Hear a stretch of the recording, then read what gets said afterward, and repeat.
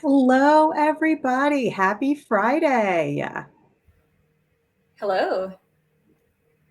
I'm hoping this is working this time. We did have a few technical glitches. Social media is not perfect, and it seems like this is working. You all can hear me okay? Yes, I think everyone is good. I think this is good. I can hear me. All right. So I think this is working now. Finally, hello, everybody. Hey, everybody.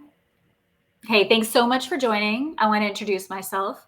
And what we'll do is we'll do a visual description along with that. So I am Catherine Lees. This is my sign name.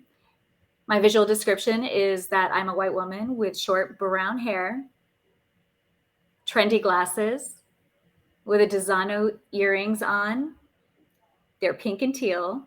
I have a black shirt on and a dark button-up shirt over that. In my background, it's white with a dozanü logo picture and some square shelving units with two hard hats that are sitting in two of those squares. All right. Beautiful. Hello, everybody. I'm Michelle Lapidus, and my visual description is I'm a white female with brown wavy hair, a dozanü black t-shirt with a sports jacket, black and white, and dozanü earrings as well, pink and teal, a white background with the dozanü pink and teal logo. It's our business card holder in the background. Shout out to Brooke of Rain Collective. Her Instagram account is Shop Rain Co. And she made that and these earrings. All I just love it. right. All right.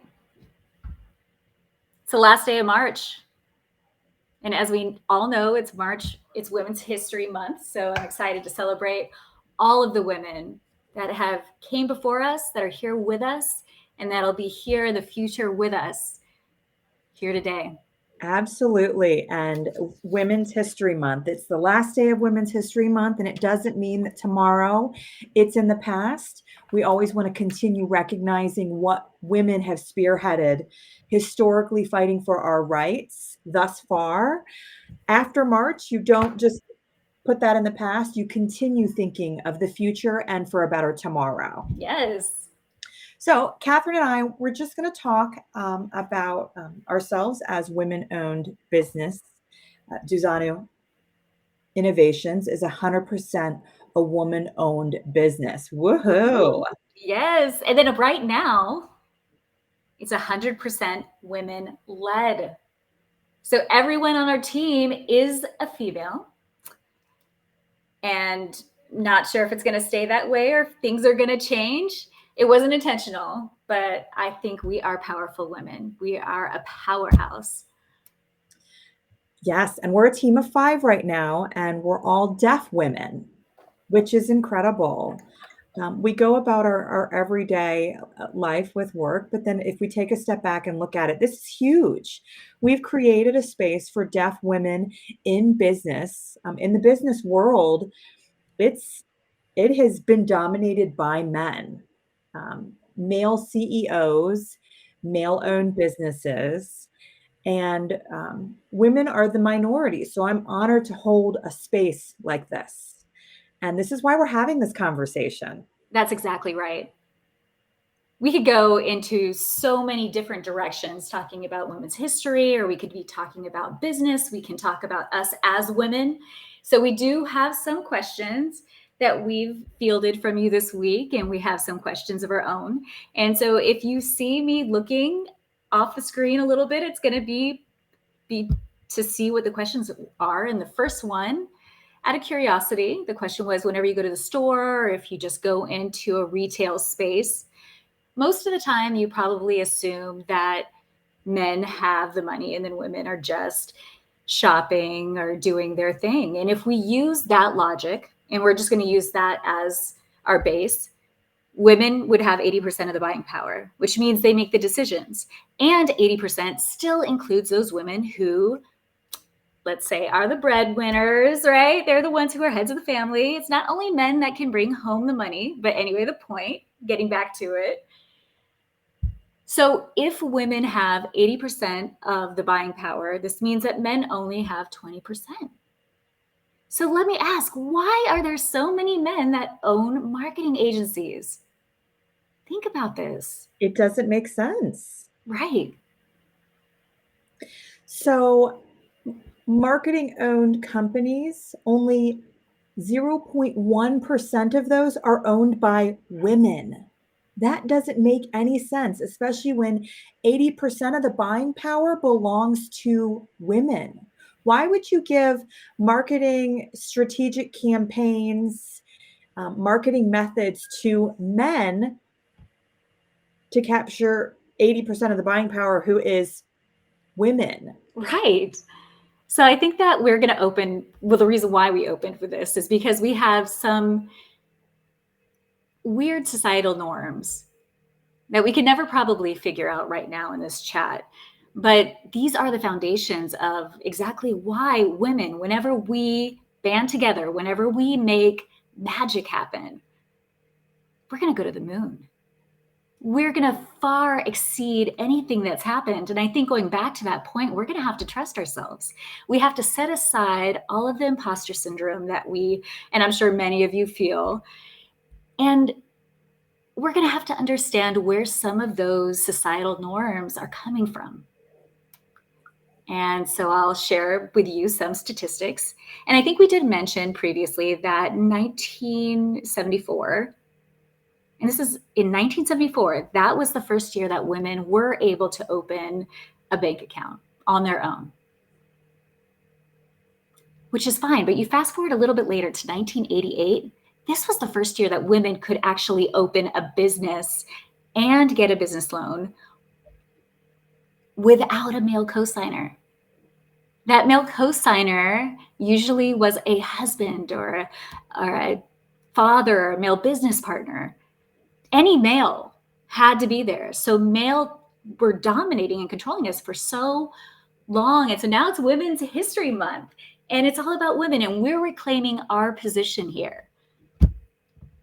You know, the perspective, 1988 is just 1 year before I was born, and I'm only 33 years old. 33. So for 34 years ago, women were finally able to have a business bank account with no cosigner. Mm. Wow. You know, Catherine and I, we were born and raised knowing that the world had a place for us as women and as business owners. But prior to our time, there was not a place for women business owners. And you come to a realization that women's rights and women's access to the world of owning a business and holding a space in general was not accessible for us until not too long ago. So, Women's History Month was established in 1986. That's 36 years ago. So, happy 36 Women's History Month. So 36 Woo-hoo. years so far. Why is it really important to have this recognition of this type of month? Catherine, you know, why is this important? It seems like men and women are more equal, but why do we still celebrate Women's History Month in the month of March? That is a great question. You know, pillars, they always have to be built before you can lay the foundation for anything. So you see this all the time in construction. So if we go back to thinking about the pillars that create societal norms, all of that hard work in the past, let's say in the 1950s up until now, voting rights, we're looking at bank accounts, business owners, all of this history has to be celebrated and used as a reminder, just like any other awareness month that we have. And I want to recognize that. I want to honor every awareness month that we have. And right now in this month, we're talking about Women's History Month and recognizing that. So we're recognizing all that hard work that everyone's done before us. And this is the reason why we're here. It's the reason why Michelle and I right now can have a business that is leading a team of women who are serving our marginalized community, including women, including LGBTQIA plus communities, including disability communities. And the list goes on and on. So women are the foundations. We're the foundations of all other marginalized communities. And with that, so to be reminded, to be grateful, it's just to be recognized, to acknowledge all of this work that people have done over the years. And still, with recognizing that, gives us hope that we still have so much more to do. And I want to add, I admit, 100% admit, I'm all about being a woman and woman power, but I don't want to recognize that I may be less than, right? But as far as my pay grade goes, my capacity in business is a little bit more diminished than a male. It's certainly because of ego. And I went to this conference in Nashville. It was the WBENC, which is the Women's Business Enterprise National Council. And they had a conference recently in Nashville. And I realized that even male buyers, so let's say they're in the procurement department and they're leading procurement departments, they showed up there and they said most products, most services that we would get from females or from women way beat out anything we would get from a male. But men are naturally the ones that are centered in all of this space. And so he showed the data and he's saying, look, we're going to have to look at that. And we're going to have to prove to ourselves this whole male bro club has to be set aside and they have to offer some positions to women. And if they feel this way, that means it's still out there. It's still happening. And I admit, I usually just ignore it and say, I'm fine. You know, I can do it on my own. But I think I could do that with a lack of support. It's with the lack of that perspective.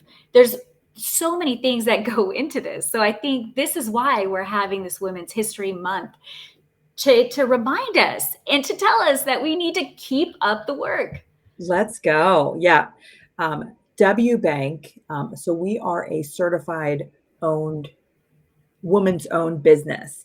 And that conference that Catherine and I went to last week proved that there are corporations and companies that have that corporate responsibility where they need to recognize that they want more women owned businesses, vendors, contractors. So being certified is just one step into getting into so many more opportunities.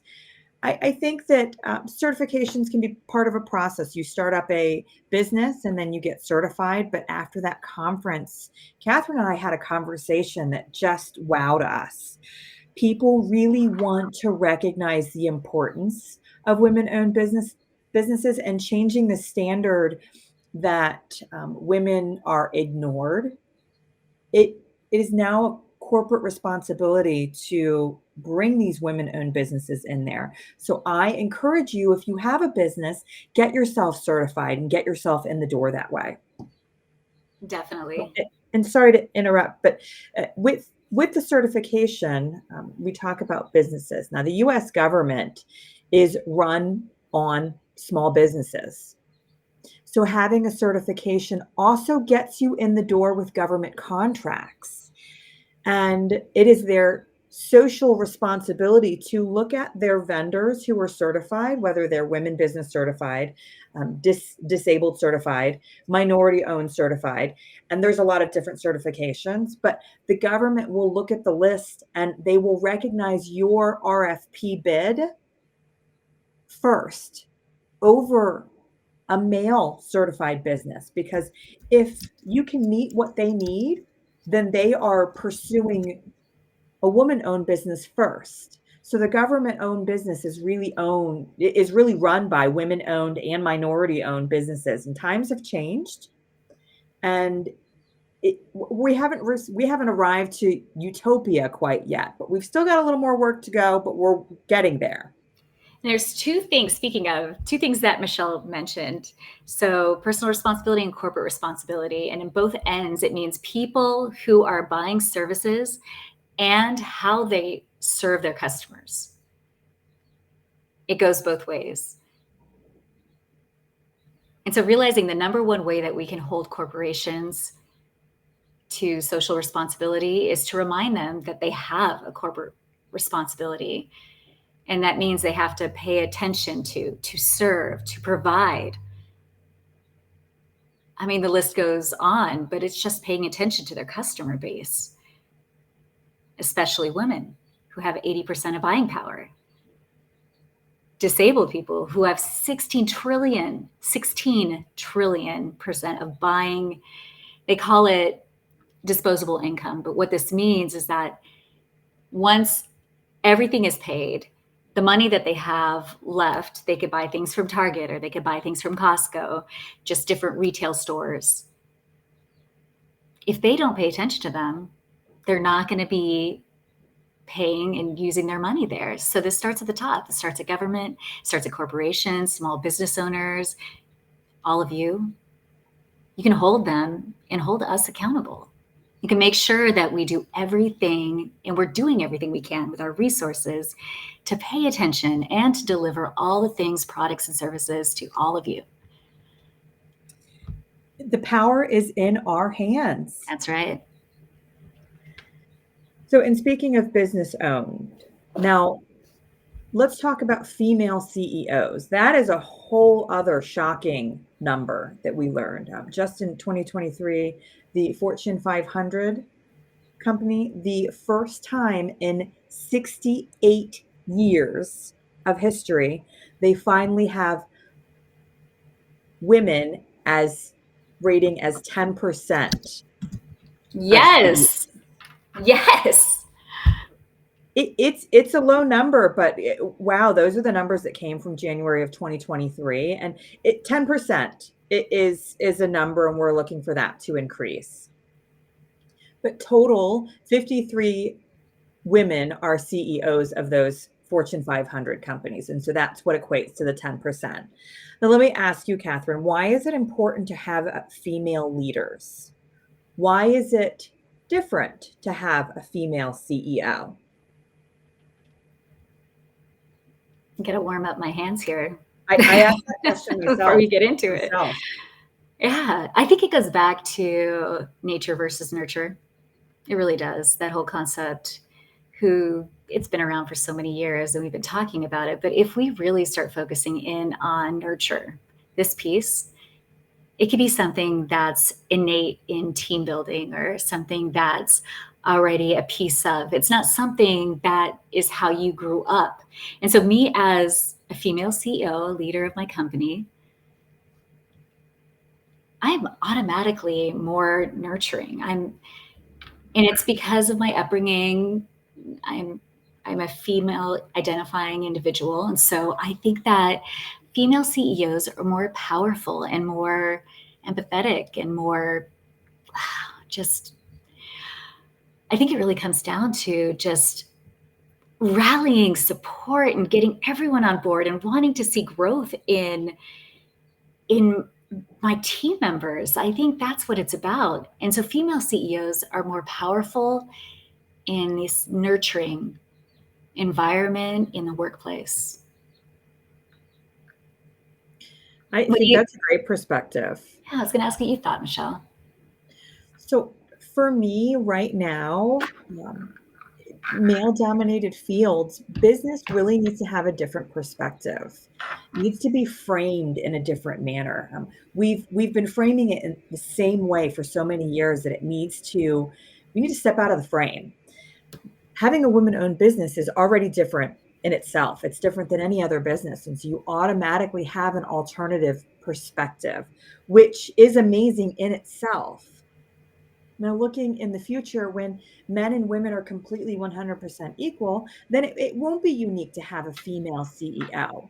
But you made a really great point about a female CEO being more nurturing.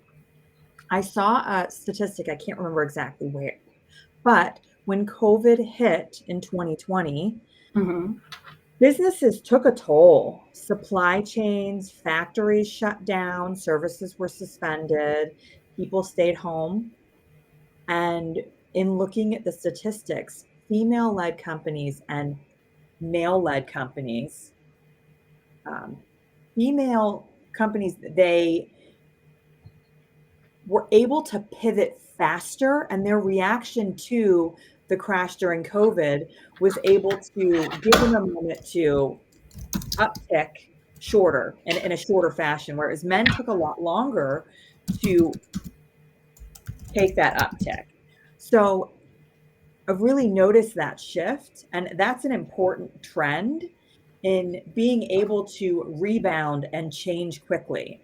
Life changes, and we've got to take those in stride.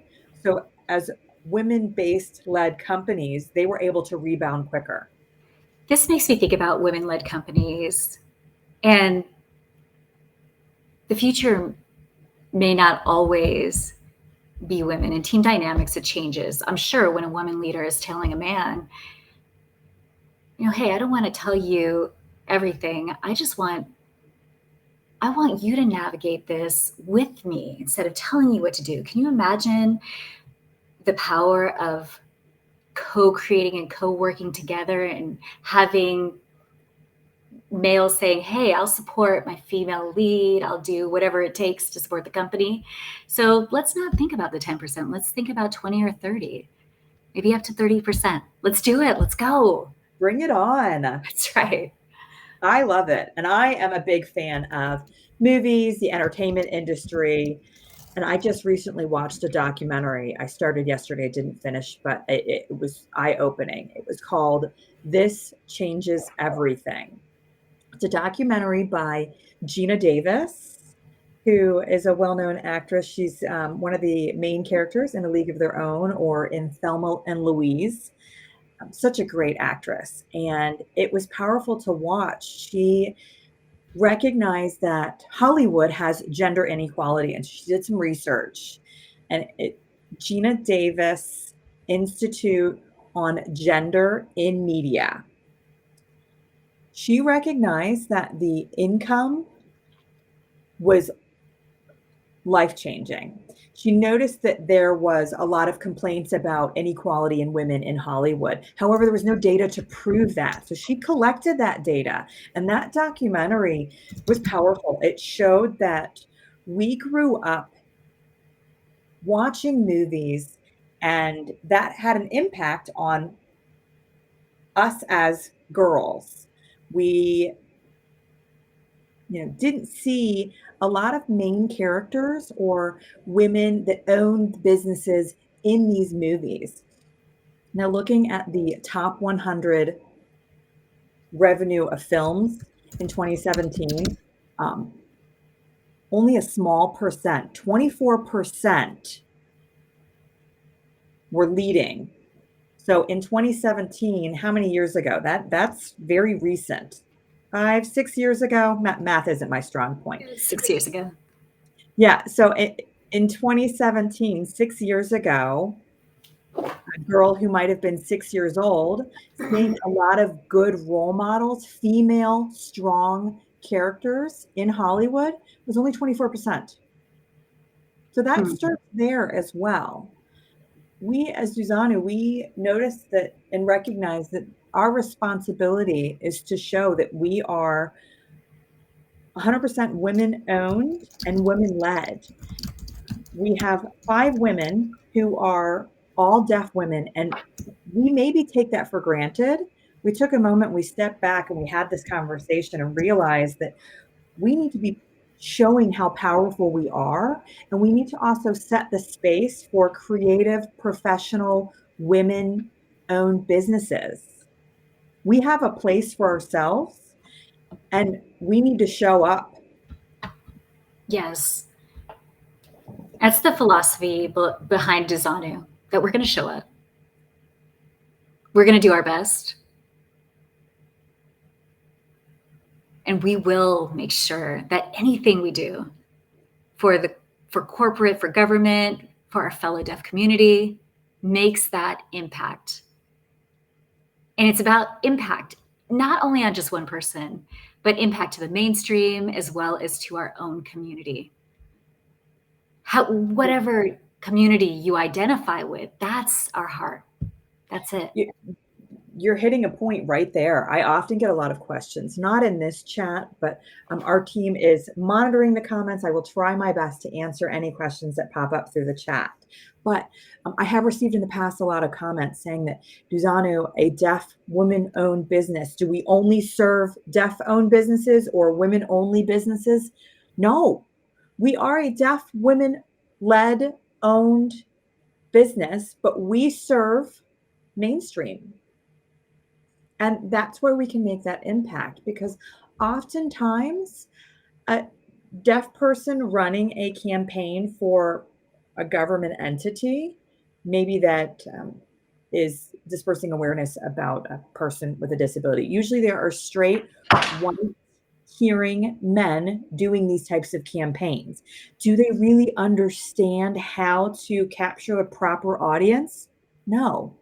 If they do a lot of research and they collect a lot of data, maybe, but the heart of the company's intention is not that.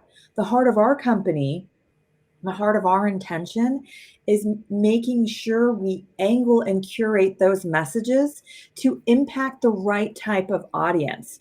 So dozanü, we are not only a deaf women-owned business serving deaf women-owned businesses, we serve the mainstream. That's right.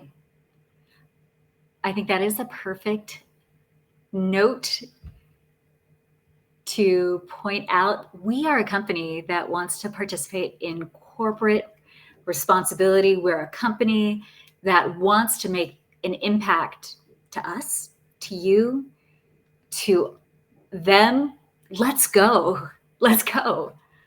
I also want to mention another perspective. It's another movie that I watched on Netflix called Madam C.J. Walker. Oh, yes. Oh, if you have not watched that, you have to. It's a must watch on Netflix. But it was the first women-owned business ever recorded and established was by a Black woman. I mean, wow. And the first self-made millionaire All right. is C.J. Walker, a Black woman. And the business, Madam C.J. Walker, was established in 1906. It's not like it was yesterday. 1906, almost 100 years ago, more than 100 years ago. So that perspective is that women have been showing up for a very long time. They just haven't been given the space. And it is time to change that. And the time is now. Let's start thinking about space, right? Now that you've mentioned space, let's make the space for some questions. So I'll go ahead and read through the questions as much as we can. We have a little bit more than 15 minutes. So if anybody has a question, make sure you take the time and ask away. I have to laugh at one of these questions. It says, when will Costco hire dozanü? And that was posted by Tate Tullier. Hey, they should have hired us yesterday. We are big fans of Costco. I love Catherine posted a Costco. really good video on her personal Instagram. If you haven't seen it, go watch it. But it talks about Costco related information. If you want to know more about it, go look at Catherine's Instagram.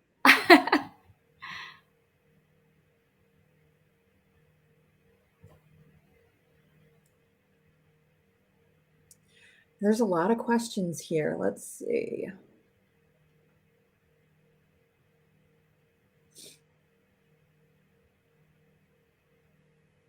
Wow.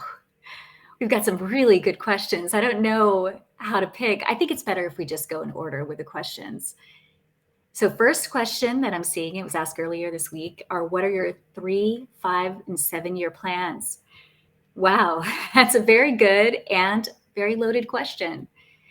So I'm thinking back about that brief statement. Women are very good at pivoting.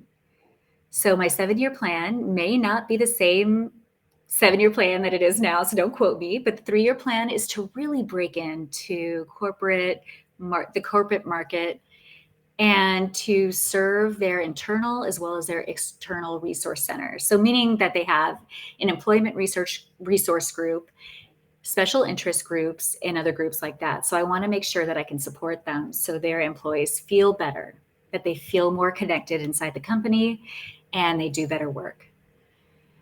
Also, external corporations, general marketing. We could focus on that for their services, products, company. As far as our 5-year plan goes, I think it's growing a little bit more. It's making sure that we could have enough team members to make more of an impact. Probably we're going to be looking at doing that a little bit more with mentorship, a little bit more with hiring people who maybe don't have 100% of all the experience that we're looking for, but we know we got to start somewhere. So right now, just to share with you, we're always looking for new people to hire. And with that, we're still new. We're still growing. So the time to mentor, the time to pay attention to really supporting someone, I know I can't give that 100%, but I'm hoping in 2 or 3 years, we'll be able to focus on that, and we'll be able to provide all of the resources, including the experience that Michelle has, and I'm sure she thinks the same way. And so that's our 5-year plan. And then our 7-year plan is to sell the company. No, I'm just kidding. No, I've already decided this is going to be our legacy. This is going to be, we're in it for the long term. And I'm hoping that in 10 years, we can look back and we could say, we've been in business for 16 years. So I'm really looking forward to breaking that 15-year mark. Yes, that was a great answer. 3, 5, and 7 year. As a business owner, I do look at what's on my plate, and sometimes you just look at what's in the short term, but sometimes it's really important to take a step back, look at the large scale, and be able to work towards long-term goals. So what Catherine's mentioned about the 3, 5, and 7 year, I'm on the same track. Our feelings are mutual. And as a deaf woman business owner, what I'm seeing and having the opportunity to work really closely with other companies and corporations and looking at their structure and their goals. Marketing is very personal. Branding is very personal. So we have that front row seat to businesses.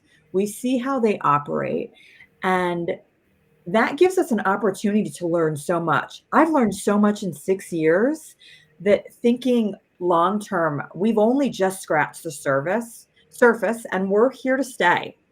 The 3, 5, and 7 year plan, 7 years, I would like to be able to share with everybody what we're learning. Right now, we are still feeding ourselves. We are growing. We are showing up. We are providing that support. And deaf-owned companies is such a small number. We want to change that narrative. We want to change that shift. We have to grow our team. And then I look forward to being able to share with the community where we've gone. Because we have a corporate and a social responsibility as an individual and as dozanü. That's right. And thank you for that question. Deafstain, thank you. Deafstain. I see one person asked, where did we study digital marketing? That's a great question. I'm sure you're noticing lately there's a lot of coding people that are showing up in the workforce, and I'm sure that you're probably thinking that they've gone through testing. They're not studying in a corporate environment first. They test, they learn along the way, and then they start getting a hang of it. And I'm self-taught. I do my own self-maintenance in my own education journey, but I can tell you that from my perspective as a deaf woman, my perspective as an LGBTQIA member in the community, as a disabled person, it does make me a better marketer. I can tell you that. I have a lot of secrets of the trade and foundations that help me to really be a great digital marketer. We've definitely got some tricks up our sleeves. Oh, that's right. That's right. And that was a wonderful answer, Catherine. I would say that my best teacher is Google.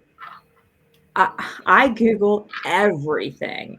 If I'm not sure what type of platforms, softwares, and programs are new out there, I'll Google it. Catherine is a wealth of knowledge as well. And I I have to recognize that, and I enjoy learning from you, Catherine. I learn from you every day, and I learn from my team every day.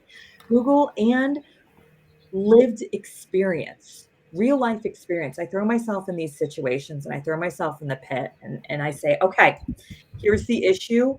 How do I solve it? Figure it out. And so showing up and figuring it out is the answer to constantly learning every day. I might say, yes, I know my stuff, but I'm ready to learn more and more every day. And I think having that attitude and having that approach is the key to running a business and living life. You just have to jump in and do it, and you'll learn from there. Yes. Thank you. And beauty too. Okay. All right. So Sarah Stupane has asked a question. What do you do? It's a good question. So we're a marketing company, first and foremost, and I could expand on all of our services, but that's not really the point of this live that we're doing now. But we are a marketing company, and we do traditional as well as digital marketing efforts, and we do that to support companies in their goals. So that's pretty much what we do. And marketing is a huge concept. It captures It, so many things. it is an umbrella term. Yes. Absolutely.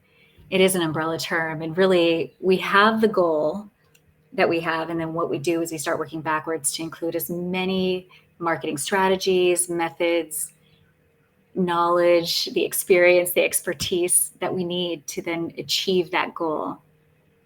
Check out our website, dozanü.com, to learn more about that.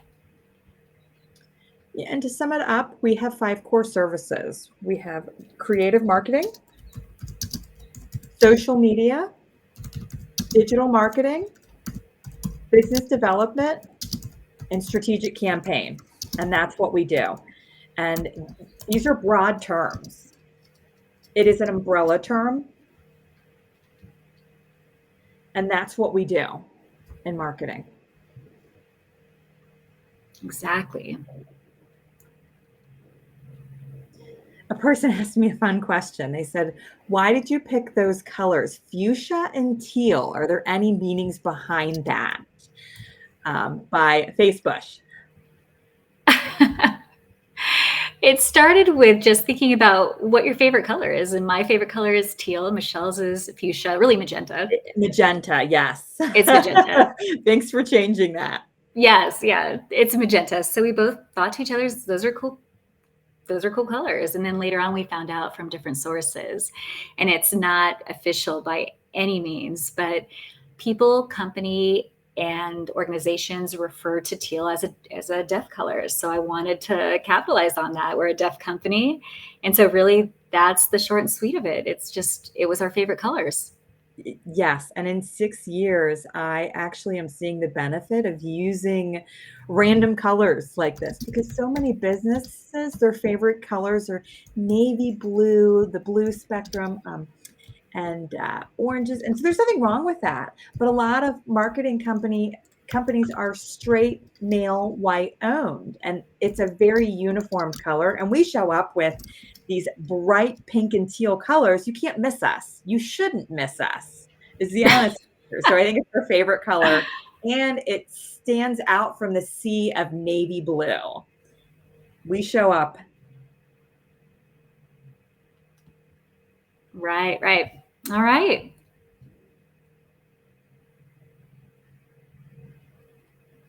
All right. Eric Wayne had asked, what kind of company are we looking into?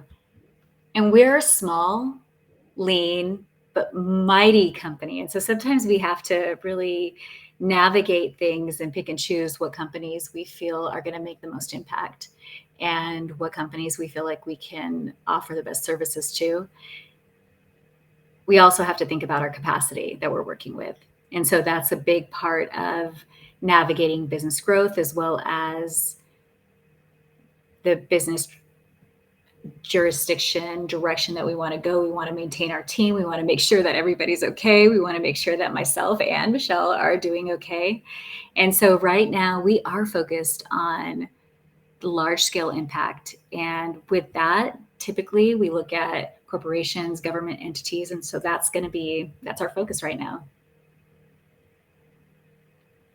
Yes, and I did want to mention, it's not a question, but oftentimes, like Catherine mentioned, we want to make sure that we're taking care of our team and ourselves. That's priority number one.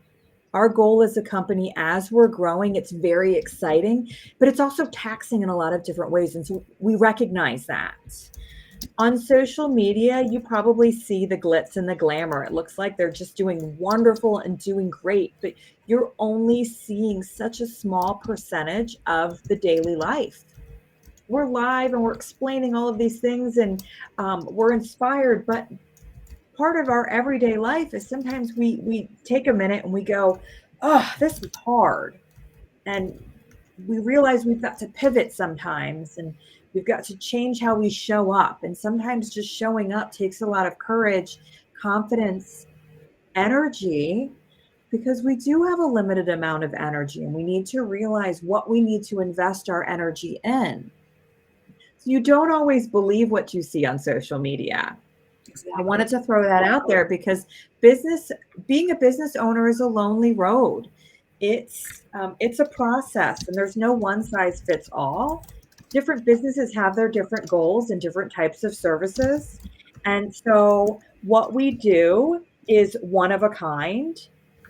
And we do see some similar experiences with others. However, it is a very lonely road. And if you feel that way, it's okay because that is part of the process. Just continue to show up. Okay, we have 5 minutes left. So let me see if we have any other ones. I think there's some questions about enterprise, and so we'll go ahead and look and do that for another chat. But another question is, if you were a child specifically, the average cost of WBank it's a hard question to answer because you have your regional. So we're talking about your regional organizations that participate in WBank. And so in Austin, we're part of it's the Women Business Council of Southwest for certification costs. So we have our own pricing, our membership fees to join. And then they'll certify you. And they're going to certify you for the WBank. And so for that, honestly, I forgot the amount for that certification, but I know the annual membership is going to be under your regional area, your regional organization. And so it's really going to be based on state by state and then the region that you're in. So some states are going to have their own.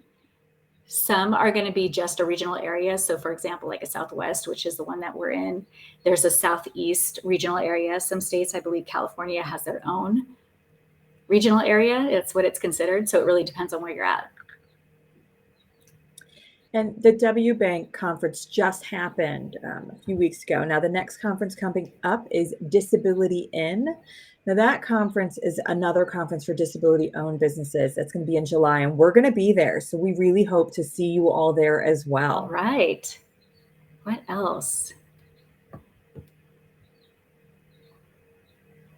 Yeah, I think we're good. Was there one more question? I think there's one other question. It was a business question. So do we offer workshops? And maybe in our 3-year plan, it'll be there so we can be our best selves and we could show up for all of you. Wonderful. Yeah, there's a lot of business enterprise related questions.